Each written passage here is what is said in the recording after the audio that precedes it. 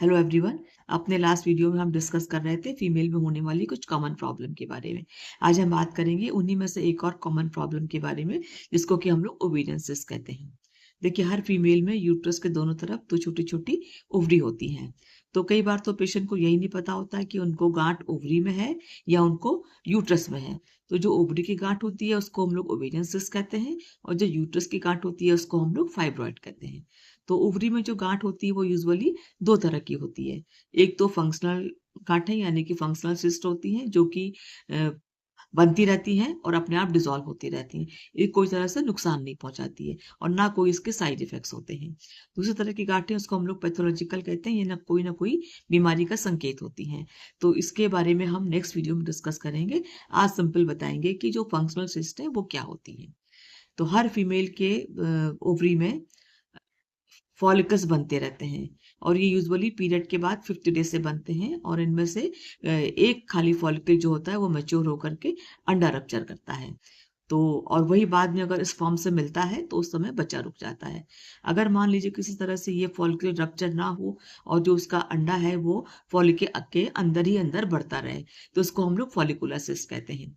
तो ये भी कोई नुकसान वाली सिस्ट नहीं है। ये यूजुअली अपने आप बनती हैं और कुछ टाइम के बाद अपने आप डिसॉल्व हो जाती हैं। इसका कोई साइड इफेक्ट नहीं होता है, ना इसमें कोई पेशेंट को दिक्कत होती है। कभी कभी मरीज हल्का पेट में दर्द वगैरह की कंप्लेन कह सकता है। तो इसमें कोई डरने वाली बात नहीं है। ये नॉर्मल फॉलिकुलर सिस्ट होती है और अपने आप डिसॉल्व हो जाती हैं। नंबर 2 पे आती है कॉर्पस ल्यूटेल सिस्ट। जब फॉलिकल अंडा मैच्योर होता है उसका और अंडा रप्चर होने लगता है, तो अंडा बनने के बाद में ये उसका जो रिमेनिंग पार्ट होता है उसको हम लोग कॉर्पस ल्यूटियम बोलते हैं। तो और इसमें कभी कभी जब कुछ फ्लूइड भर जाता है तो उसको कॉर्पस ल्यूटियल सिस्ट बन जाता है। तो ये भी कोई नुकसान नहीं होता है। ये भी सिस्ट यूजुअली बनते रहती हैं और डिसॉल्व होते रहती हैं। और बस पेशेंट को वही सिंपल हो सकता है, हल्का सा पेट में दर्द की कंप्लेन कर सकती। तो ये दोनों ही चीजें जो होती हैं वो दवा से ठीक हो जाती है। इसके लिए कोई एक्स्ट्रा जांच या दवा की जरूरत नहीं होती, या कोई सर्जरी की जरूरत नहीं होती। मेरे कहने का ये मतलब है। एक होती है हेमरेजिक सिस्ट। कभी कभी इसमें सिस्ट में पानी की जगह में कुछ ना कुछ ब्लड कलेक्शन हो जाता है। तो ये भी एक तरह का इन्फेक्शन होता है। इसको भी हम लोग दवाओं से ठीक कर सकते हैं। इसके लिए भी कोई ऑपरेशन की जरूरत नहीं होती है। बट हाँ, फॉलो अप जरूरी होता है कि हम लोग कुछ समय बाद दवाई के पेशेंट को बोलते हैं कि आप एक अपना अल्ट्रासाउंड करा लीजिए कि देखें इसमें कि और कोई चेंजेस तो नहीं आ रहा है। तो ये सिंपल सी तीन तरह की जो है ये फंक्शनल सिस्ट है। ये पूरे लाइफ साइकिल के दौरान बनती रहती हैं और डिसॉल्व होती रहती हैं। इससे डरने की कोई ऐसी बात नहीं है। दवा से कंप्लीटली ठीक हो जाती हैं।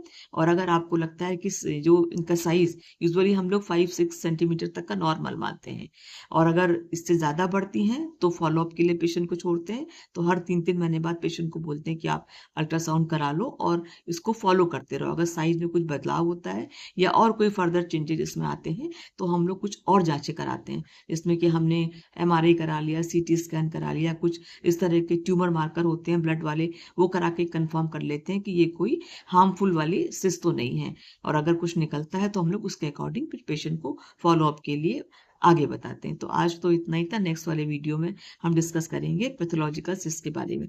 Thank you so much.